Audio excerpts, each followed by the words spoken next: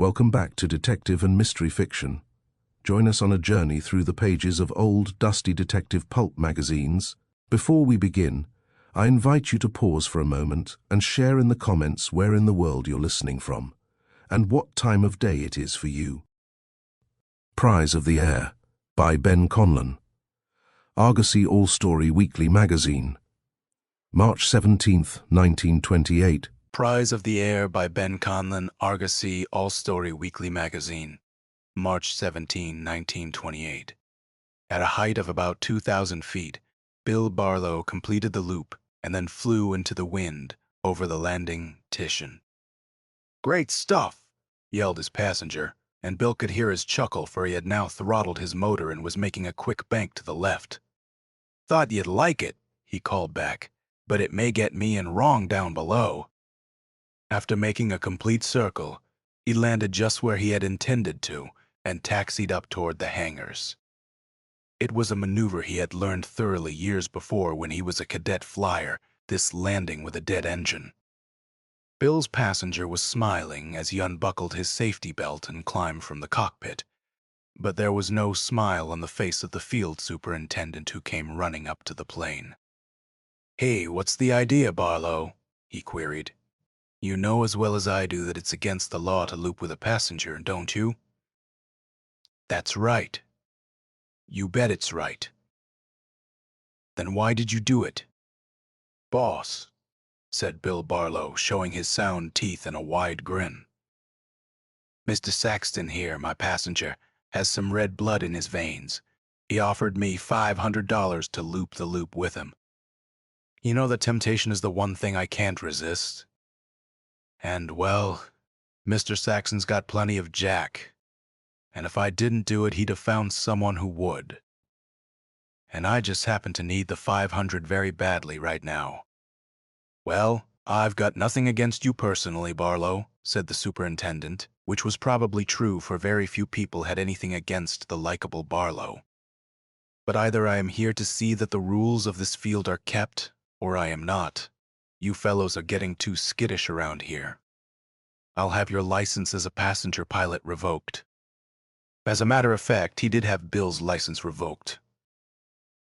Friendship in private life is one thing. In aviation, as in the Army, it is quite another when it interferes with vested authority. But Bill Barlow didn't seem to mind. A man who can laugh in the face of death is not to be disturbed by such a trifle as the revocation of a license. It was Saxton, his passenger, who seemed the more concerned. He approached Bill later that afternoon. "I think I've got a job for you, Barlow," he said. "I've got to start tomorrow for my home in Pampa, New Mexico, and trains are getting too slow for me in my old age. How about flying me there? I'll buy the gas and pay you for the trip." Bill looked at him wistfully and shook his head. "You are hitting me right where I live," he said dolefully. "An old pal of mine, Jack Harraden, is barnstorming down that way, and I'd like to join him. If I could make connections with Harraden, I'd be set for the season. More than once, Jack and I have gone through a season together stunting at fairs and carnivals, and I'd like to make the dough, too. But you know I can't go, and why not? Seems an ideal arrangement to me. And, by the way, when I left Pampa, your friend Harraden was part of a carnival at Las Vegas, according to the papers." "Las Vegas, eh? Well, I might join him, but I couldn't carry you, now that my passenger license is revoked," Saxton laughed. "I'll fix that for you, boy.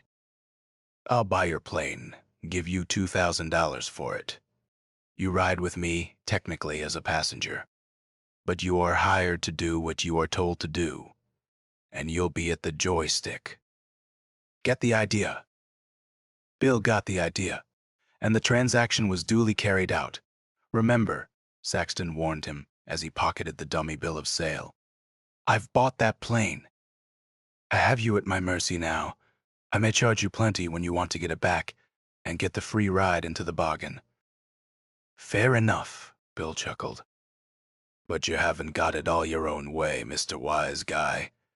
Don't be surprised if I suddenly decide to quit piloting the ship when we're 5,000 feet above a Kansas farm and take to parachute stunts unless you come to time with me." So Bill Barlow and Frank C. Saxton, since they could laugh with each other and threaten to do each other, knew that they were friends. And the next day Bill Barlow had his ship ready for the long jump. Saxton wished to arrive at Pampa, where he operated a cattleman's bank, as soon as possible. He explained, as a shipment of gold bullion was due in Pampa that week from a correspondent bank in Trinidad, Colorado. He wanted to be on the ground when the transfer was made. He rode out to the field in a taxicab, accompanied by a slender, gray-eyed girl who looked trim and athletic in a heavy blue jersey and knickers. "Think she's dressed warm enough for the hop?" Saxton asked, his shrewd eyes twinkling. "I forgot to mention yesterday that my daughter is going along. This is Mr. Barlow, Ruth. He's the fellow that looped the loop with your dad yesterday." Ruth extended her hand boyishly, and Bill may have held it just a trifle too long, but the act was unconscious. "The more I see of you bankers, Mr. Saxton," he said, turning to the gray-haired man, "the less I value your keenness in a business deal despite your reputation. If I'd known Miss Saxton was coming along, I'd have piloted you for nothing." And the remark may not have been entirely jocular. Hours later, flying high above the fields of Ohio, Bill Barlow somehow could not develop that devil-may-care feeling that he always had in the air. He had done his share of stunt flying and had never known fear of any kind. But right now there was a certain conscious concern within him which he could not analyze. He finally doked out what the matter was. It was the precious freight he was carrying. Those straight-gazing gray eyes of Ruth Saxton had nearly sunk Bill Barlow. A single stop was made at the airmail field at Maywood, Illinois, for refueling. Then the flight was continued and completed without special incident, Bill Barlow making a landing in a field just east of the town of Pampa. He had never been in the Southwest before, and he was eagerly anticipating the surprise he had in store for Jack Harraden. 2 planes in a New Mexico town would be something of a sensation, he assumed. That day he enjoyed an old-fashioned noonday dinner at the comfortable home of the Saxtons and telephoned Las Vegas. The city authorities, Saxton had said, could doubtless enlighten him as to the activities of his friend Harraden. But the news he received proved to be a keen disappointment. Harraden had been flying passengers in Las Vegas, but had hopped off in his de Havilland 2 days before, saying that he was going to Beaumont, Texas. "Me for Beaumont, then," said Bill. "I am beginning to vegetate already with nothing to do." Ruth Saxton lowered her eyes. She was not the type to be forward. If this good-looking chap chose to hop off for Beaumont, then that was his business, she supposed. And Frank C. Saxton said nothing. He had liked Barlow on sight, but he himself was in the banking business, and this young daredevil would never be satisfied with that. And Bill himself was thinking that he might better have been in some game like banking, as the husband of a gray-eyed girl like. Oh well. He'd hop off for Beaumont in the morning. But he did not hop off for Beaumont in the morning. For something happened that night to keep him from Beaumont. As a matter of strict record, to this day he has never seen Beaumont Barlow borrowed one of Saxton's cayuses to take a lope into the hills. He would have invited Ruth along, but then he was not sure that Ruth would be interested, and anyhow he realized that he did not cut a very expert figure on a horse. Hard work, too, this horseback riding. He realized it more and more as the sun gradually sank behind the ridge to the west of the town. He had been walking beside his mount along the trail, but with darkness approaching he decided to try once more to ride, despite his soreness. Saxton would probably be wondering what had become of him. Dusk had fallen with unexpected swiftness here in the mountains, and he was none too sure of the trail. It was as he was rounding a curve from where he hoped to be able to see the fork leading into Pampa that he heard a sound that could not possibly be mistaken. By Bill Barlow. He had heard that sound too often to make any mistake about it. That subdued roar was the pounding of 12 cylinders all right enough. He'd have bet $1 million on it, if he had had it. He gazed up into the violescent dusk. The roar was getting louder now, and sure enough, over the ridge from out of the north swooped a great shadow that circled about and made a landing in the hill-rimmed meadow just below him to the right. Jack Harraden, he said to himself. He must have heard I was in Pampa. Bill Barlow forgot all about the trail into town now. He took the first path that led downward, tied his tired beast to a fence post, and started afoot cross-country in the darkness, guided by the roar of the plane's engine as it taxied along the ground. He continued on, the soft ground serving as a pad for his feet. He heard the sound of men's voices after a considerable walk, and he was about to call out when he discovered that the men were wrangling over something. He could not make out the words, but there was no mistaking the intonation. Some sixth sense caused him to stoop in the shelter of the fence that enclosed a large field with an overhanging hill at one corner. He could distinguish the outline of the plane there in the gloom, its wings looking ghost-like and mysterious, and from the loud voices he could tell that the men were walking in his direction. Some of the talk was in Spanish, and he got a word of it here and there. Bill had taken Spanish 2 years at college and had become very fluent in football. He caught the words Pancho Lopez and dinero, which he knew meant money. Then, to his satisfaction, a new voice boomed out in English. "Yay, he's big chief down there. But I am boss up here until this thing is put over, Ramos, and don't ever forget it." There was a sullen response in Spanish, too low in tone for Bill to make it out. "That's all right," came the first man's voice again. "That third plane stays in the hills. You never can tell what might happen. Them armored cars could pick us off up there in the air with the right brakes."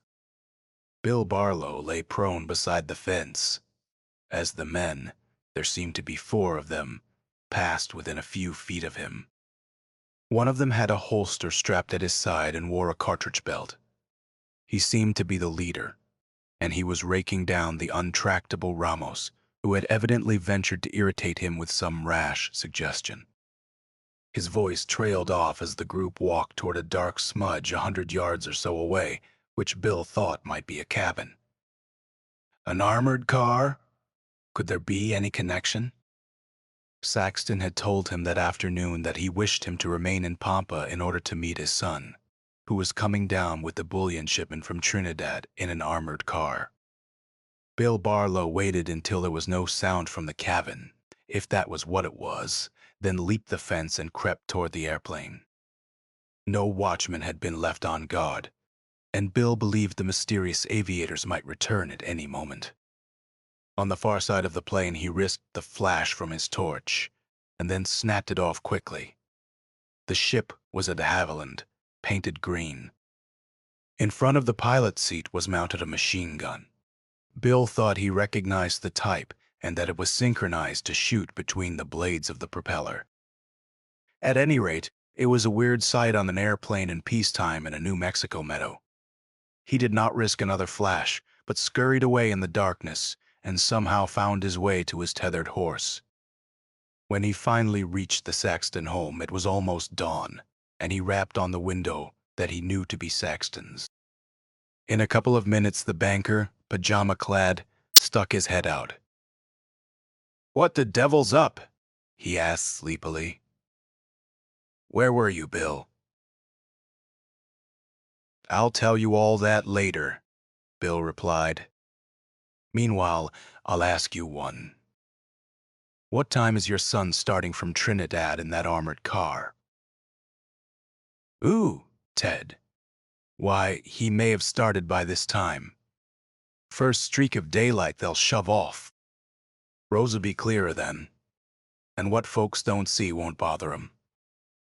Saxton kindled a cigar and gave vent to his rumbling laugh. "Why, you're not worrying about that, are you?" That type of armored car could stand off an army. Boy, I suppose so, but Saxton, I want you to do something right away. Get Trinidad on the phone. If your son hasn't started, tell him to wait till tomorrow. Make it emphatic. It may be very important. If he has started, get one of the towns this side of Trinidad and see that the car is held there. Now do that, be sure, will you, Saxton? The banker looked at him keenly. There is something up, I can see that, he said, but I think you are getting upset over a trifle. Those armored cars, you know. Yes, I know, Bill cut in. Should he mention his discovery to Saxton, he might be on the wrong track entirely. The armed plane might possibly be one of the exhibits from the recent Las Vegas Carnival. At any rate, only he himself could be of any possible service now if the car had started from Trinidad. No use worrying Saxton and Ruth, he decided. He waited until he heard Saxton at the telephone asking for long distance to Trinidad, and then grabbing up. A rifle and several rounds from a little den-like hunting room which Saxton had furnished off of the living room, he remounted his horse and galloped along the road to the east of the town, and, just as dawn streaked the sky, reached his plane. A few minutes later he had turned the horse loose to graze and had hopped off.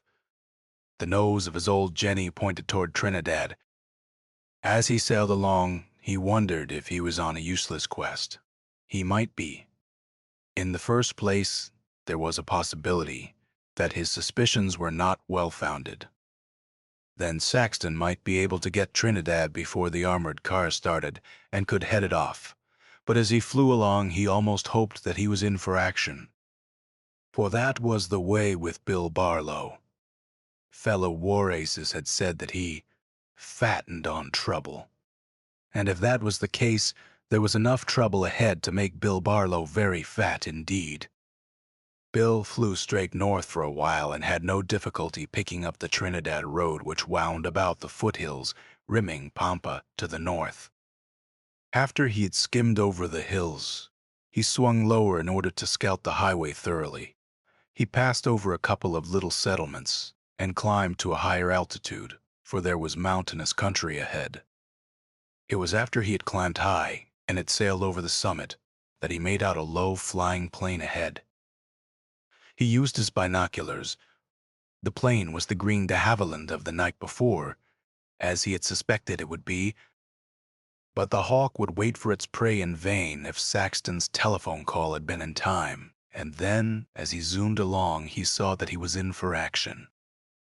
A turreted car of the type used by banks to transport money and bullion swept around a hairpin turn in the road that hugged a steep bluff. And as soon as the car had swung into the straight road, Bill saw a grayish cloud shoot up just ahead of the car. It looked to him as if a bomb had been dropped, and yet it did not seem possible from the position of the green plane. Bill Barlow put on all speed and tilted his AK Relons to climb.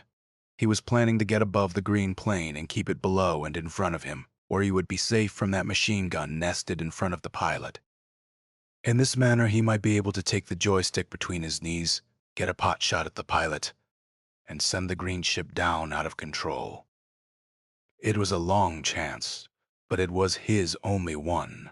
And Bill Barlow had fought against long odds before. He hardly believed he was seen as yet, and he nosed up steadily toward a low-hanging cloud. And then, as he climbed, he noticed, backgrounded against the cloud, another plane, a big, blue-gray one, that seemed almost to blend into the cloud. This, then, was probably the explanation of that explosion that had taken place in front of the armored car. The second plane was far above him, and, although his own ship was a good climber, Barlow realized that it would be useless now to try to get above the blue-gray plane. He would have to take one chance and wait until it dived. The blue-gray plane had sighted him now, and he maneuvered as it started down after him. The man at the machine gun was trying to get Barlow from the rear, but that game was only too familiar to Bill. His mind went back over 10 years to glorious jousts above the lines. and almost instinctively he changed his course by a sharp turn to the right. The blue-gray plane followed him, its pilot still trying feverishly to get Barlow in front of him, which is just what Bill Barlow had no intention of letting him do. Since he himself had no machine gun, there was no offensive advantage in getting to the rear himself, but there was a strong advantage defensively. If he kept on the tail of the other machine, he would be able to spike that machine gun. Around and around circled the planes in this carousel of death, for that was what it was, Bill Barlow knew. Although just at present there were no wars, no rumors of wars. Below them, on the slopes, cattle grazed peacefully. But here in the air was the seed of death. He must not let that gray plane take him from the rear. Both of the ships were steadily losing altitude, but Bill knew the possibilities of his own plane, and he might lure the enemy until it got too low to maneuver, and it might crash. He was pretty low himself now. As he circled about, he started to dash and zigzag, anything to get out of the path of that machine gun. And yet he had to get out of the circle to climb. He'd try it. It was a few minutes after this, just as he had reached a safer altitude, and once more tried to get on the tail of the gray, that a spray of machine gun bullets pinged against the wires of his ship. But he was in the strategic position that he wished now. With the joystick between his knees, he flew slightly above the enemy plane and shouldered his rifle. It spoke, and the pilot of the gray plane let go of the joystick and placed his hands to his side. Then the gray plane seemed to leap and swerve and turn, fell into a nosedive, and went out of control. As he tried to bank and make now for the green ship, Bill Barlow realized that he had not escaped unscathed. His own plane careened sharply, and at first he feared that his control wires had been shot away.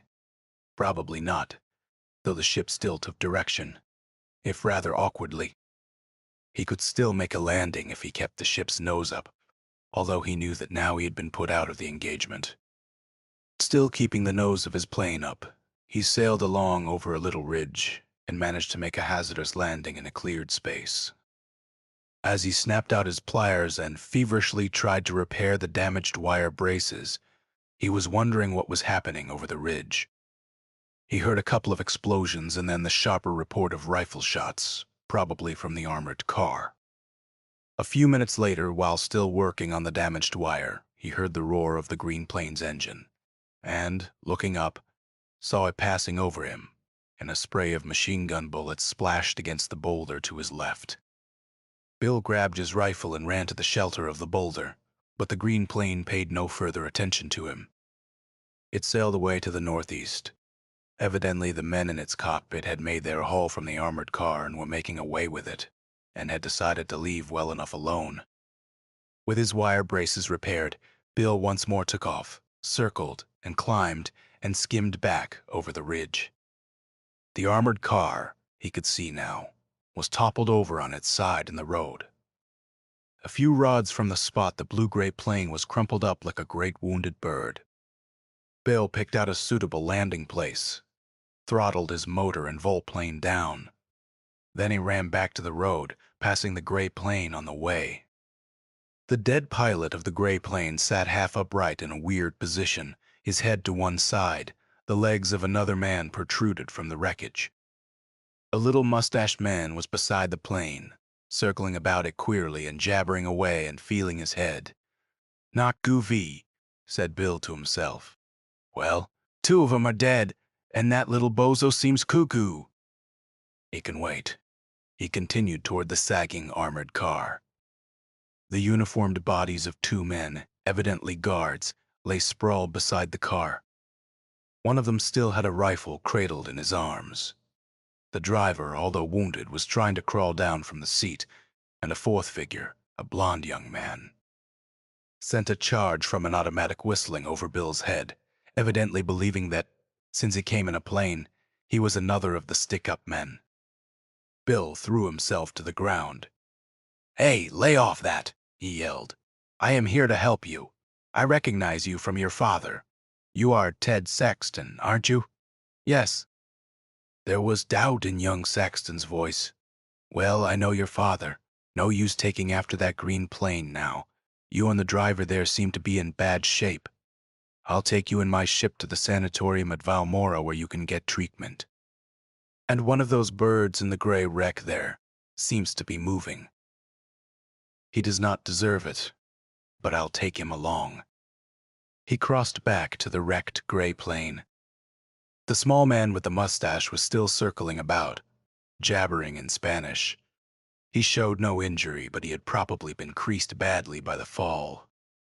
He looked blankly out his black eyes when Barlow questioned him, and Bill suddenly seized and shouldered him like a sack of barley and dumped him into the cockpit of his plane. A few moments later, with the injured Saxton and the driver as comfortable as possible under the circumstances, he was winging along toward the sanatorium at Valmora, the peaked roof of which he could see in the distance. He made a landing, left his cargo of casualties there, and speeded back to Pampa. "But Ted, is he hurt badly?" asked Ruth, when he had told his remarkable story. "Oh, I know he'll be all right, Miss Saxton. A fragment of a grenade struck him in the head. The doctors at Valmora say they'll patch him up all right. I am not sure about the driver." He stopped a bullet in the side. "Oh, I must get to Ted," Ruth exclaimed. "Come on, Dad. We'll fly to Valmora with Mr. Barlow." Saxton put in a quick telephone call to the police to scour the hills north of Pampa. "I'm afraid they'll have a tough time," he said, as he pulled on a cap and hurried toward the plane with Bill and his daughter. "That's the first time there's been an airstick up in New Mexico. But if Ted's all right, I don't even mind about the bullion." Bill's plane had proceeded about 12 miles in the direction of Valmora when Ruth, gazing through the binoculars, made out a plane coming from the mountains in the northwest. "I'll make a landing," Bill suggested, "and let you out, Miss Saxton. Then probably I can climb above it and—" But Miss Saxton was of quite another mind. "Indeed, you will not," she cut in. "I am not a bit afraid. You get above them and I'll keep below the cowl of the machine and pot those murderers. If you could do it alone, I ought to be able to do something now. I was on the rifle team at Vassar, you know." Bill climbed steadily, and as the green plane flew nearer, swooped down to the rear and kept on its tail. As he passed within 20 feet of it, there was a report back of him, and then another report, and still another. The green plane seemed to stagger in the air. Its fuel tank had been perforated by the bullets, and the pilot had turned to gesticulate wildly to one of the men back of him. It was then that, as Bill flew alongside but a trifle in the rear to keep out of range of the machine gun, that Ruth drew a steady bead and fired again. The pilot threw up his hands. A second member of the green plane started to reach for the joystick. There was another report from Bill's plane, and the great green de Havilland spiraled down dizzily. 10 minutes later, Bill Barlow with Ruth and her father had made a landing and were running toward the crushed green ship. Bill put out his hand and barred Ruth's progress.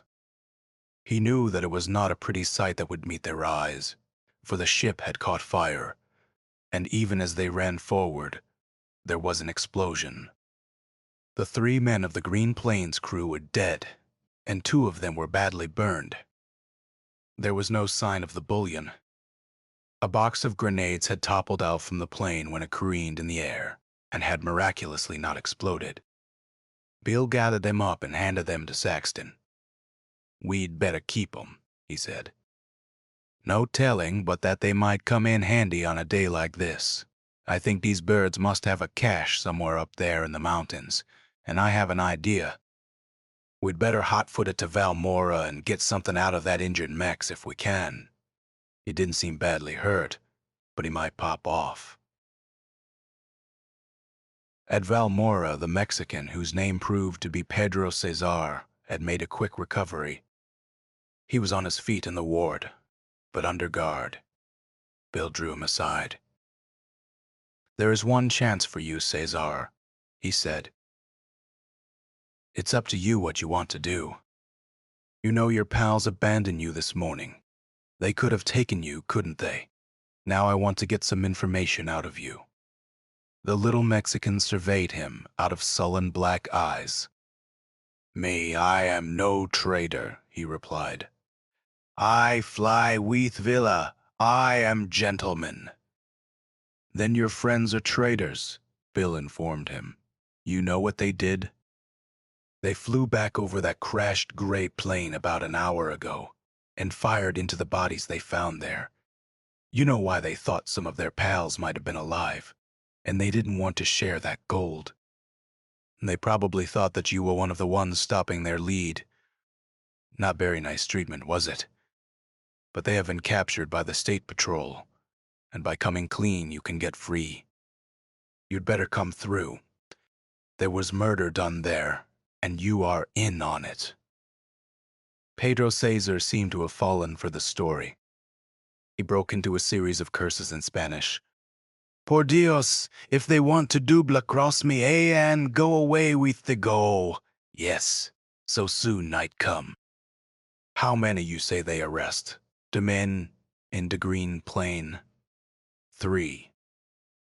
2 more are in the mountains, with another hair sheep. They double across them too, eh? They turn what you say state's evidence. That's it," Bill lied cheerfully. "They didn't have the gold in the green plain, but in another hour the authorities will know where it's cached in the mountains. Then you all get the works. Say, how did you birds get hold of 3 airships? Ah, that surprised you, eh?" Pedro Cesar laughed. "You have perhaps heard of Pancho Lopez, eh? The big bandit chief of Sonora." "Ah, I think you have heard so much. Yes, Pancho Lopez. He have the sheeps from the Vilista army, and he hear of Stigol being transport from Trinidad. He's poor now, Pancho. Yes, he wish to make the one, haul and take to the hills where no one ever find him. But Pancho, he be very mad now if he not get gall. I'm afraid your friend Pancho will have to stick mad and stay mad," Barlow told the Mexican. "But you show me where that other plane is cached in the hills, and you'll get out of plenty trouble." "You carry me into hair sheep," Pedro promised. "And I show you we got them, they're quick okay," said Bill. "But I'd like a third man along with another rifle." "What's the matter with me?" "Am I a cripple?" Saxton interrupted. "And don't forget that's my plane you are piloting," he laughed. "Maybe," said Bill, chuckling back. "All right, get the guns, Saxton." "And we have the grenades. We'll see if we can't rout out those birds. They must have the dough cached there." So, after a quick lunch at the sanatorium, Bill Barlow once more hopped off, with Pedro, Cesar, and Saxton in the cockpit, hopped off to the north where Cesar claimed that his former Confederates were hidden. Saxton had orders to watch Cesar, whom Bill did not entirely trust, but the Mexican seemed to have been converted and chastened, and as they neared the mountains and Bill increased his altitude, he directed the pilot to veer to the right to avoid a machine gun mounted in the robber camp as an anti-aircraft weapon. "Believe me, these birds have a modern organization," said Bill. "And look, Saxton over to the right there. See that sky blue monoplane? By golly, they're getting ready to take off, and with a dough, I'll bet." It seemed true enough. Here, in a natural bowl made by a circular plane in the rimming hills, was a speedy-looking monoplane with its engine already warming up. On the ground, 3 men were gesticulating to each other, and one of them pointed up toward Bill's ship, whereupon all of them ran for cover. Bill swung over the plane and, taking precise aim, let go 2 of the bombs he had taken from the wrecked gray ship. The second one seemed to hit the monoplane squarely and tip it over on one wing. Then Bill spiraled down in an effort to destroy the machine gun back of the boulder before it could be manned. Cesar pointed it out, and just as he did so there came the quick rat-a-tat, a tat of machine gun bullets. Bill throttled his motor and swung to the right, then circled and made a landing at the far end of the field. "That other plane's out of commission," he said. "We want to have one left to get away in down on your bellies, men, and keep to shelter. We'll fight this action out right down here." He taxied his ship behind a spur of hill out of range of the machine gun. Then, rifle in hand, he held a quick conference with Saxton and Cesar. "You folks keep in shelter behind these rocks here and draw that bozo's fire," he said. "They've got bad medicine there, but we may be able to outmaneuver them." His plan was to creep up the side trail with his rifle and try to get the machine gunner from the rear. Cesar had said that the gun was rigged on a swivel, but if one of the other 3 men turned it back in his direction, there were plenty of rocks and boulders behind which to take shelter, and Saxton and Cesar could then charge from the front. Bill made his way cautiously up the mountain trail, circled to the right, and picked his way down the slope. He found a friendly boulder halfway down the slope, and to his delight could make out the hat of one of the men about the machine gun. He took careful aim and fired. The hat disappeared, and he believed he had got his man, for one of the others took to his heels, running up the slope which led past the boulder at a distance of about 100 yards. Evidently he had not guessed that an enemy was behind the boulder. Bill drew a bead on the running man's legs and toppled him to the ground. But the rat? A tat-a-tat of the machine gun broke out occasionally, proving that the machine gunner was alive and was trying to get the men in front of him. Bill himself had not been discovered. He crept farther back and over to the right. Things were going nicely. Saxton and Cesar had a good chance if they did not show themselves too clearly, and all he had to do now was to get that gunner. He took to his hands and knees and had topped a little rise that he thought would give him command of the machine gun position, when far to the right, in the rear of the gun, he saw another man creeping along. He raised his rifle and was about to fire, but then the man raised his head, and from the cap he wore, Bill could see that it was Saxton. He stood up and waved his hat at Saxton, so that the latter might not make the same mistake that he had almost made: fire on a friend.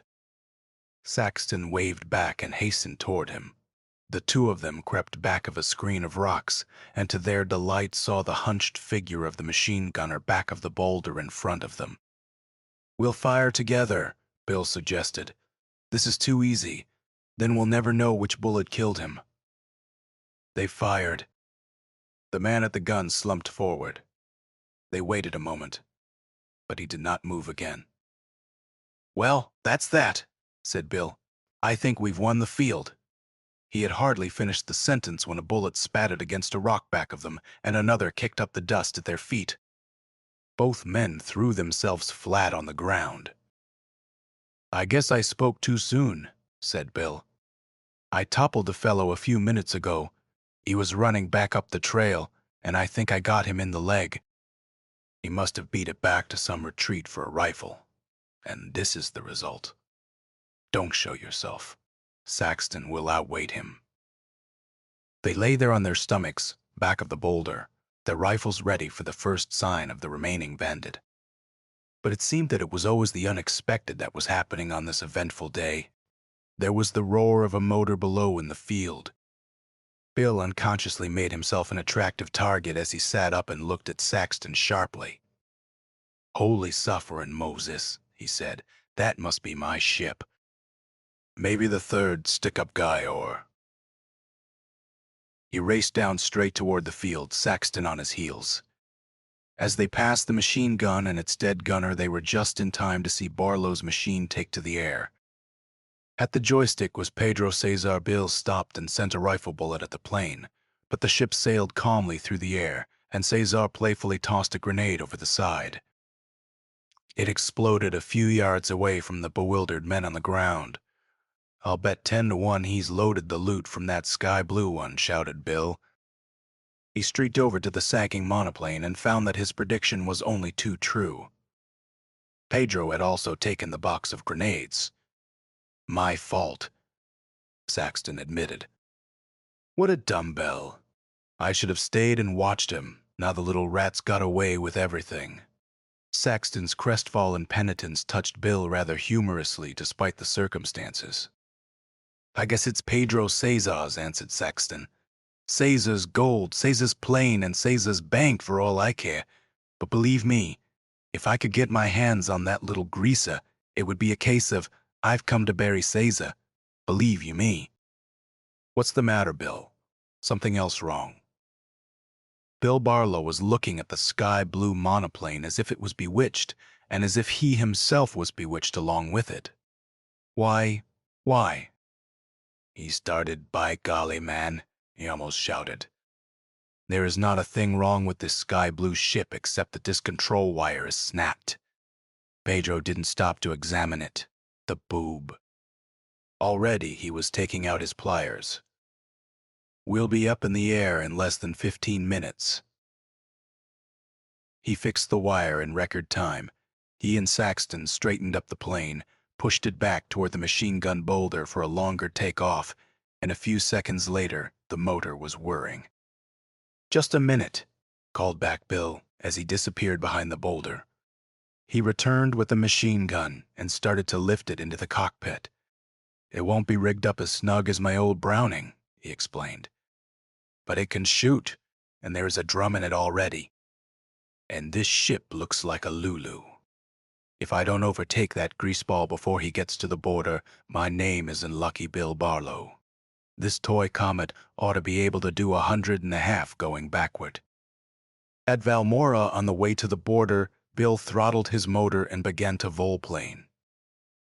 What's the idea? Asked Saxton. Wait, Bill commanded. He made the landing. Get out, old pal, he told the banker. I'm alone this time, boy. Cesar is alone, and this is my ship, and the war is solo from this minute until I come back with the dough. He stuck out his hand and patted Saxton on the shoulder. So long, old pal, he said. Then he gave her the gun, and the sky-blue monoplane went roaring down the field. Beneath the cottonwoods in front of the sanatorium at Valmora, Frank C. Saxton and his daughter waited nervously. An hour elapsed, 2 hours. Saxton was shaking his head. There was concern in the gray eyes of Ruth. 3 hours. And a half. The sun was setting behind the ridge to the west when Ruth sprang to her feet, her gray eyes alight. I hear it, she yelled. Oh, Daddy, Daddy, it must be Billy. Out of the sky to the south skimmed a sky-blue monoplane. It roared overhead. Then the plane with a throttled motor came into the wind and made a quick bank to the right, and a few seconds later was bouncing gently along the broad exercise field of the sanatorium. As it taxied to a stop, out jumped William C. Barlow. He hailed his friends and pointed to the cockpit. The bullion, he announced proudly. Better leave it here and set a guard till morning. We'll take it to Pampa in time to open the bank. Saxton put up the back of his hand and wiped his forehead. I'm getting to believe whatever you say, Bill Barlow, he announced. If you say it, it must be so. But do you? Here is the other plane. My plane. Oh yes, your plane, mimicked Bill, grinning. I brought it back for you. Here it is, about the biggest part of it. He handed Saxton a fragment which looked like a piece of charcoal. That's why it took me so long, he explained. I had to wait until the darn thing burned before I could get at the bullion. But I've got a ship now that makes yours look like just what it is. A pile of junk. You win, said Saxton, throwing his hands in the air in a burlesque sign of surrender. You could win all the stakes, any game you play. I just might take you up on that, Bill replied, and he looked meaningly at Ruth Saxton. She did not drop her eyes this time. She was looking right back at him with that straight gray gaze of hers, and her eyes said more than words could ever express. End of Prize of the Air by Ben Conlon. If you found this story interesting, take a moment to support the channel. Hit subscribe, click the bell icon so you're notified of new stories, leave a comment and give the video a thumbs up. Share it on your socials if you think others might enjoy detective stories. And if you'd like to go a step further in reviving these forgotten horrors, you can click the super thanks button below or become a member of the channel. With your support, these dusty old stories may see the light once more.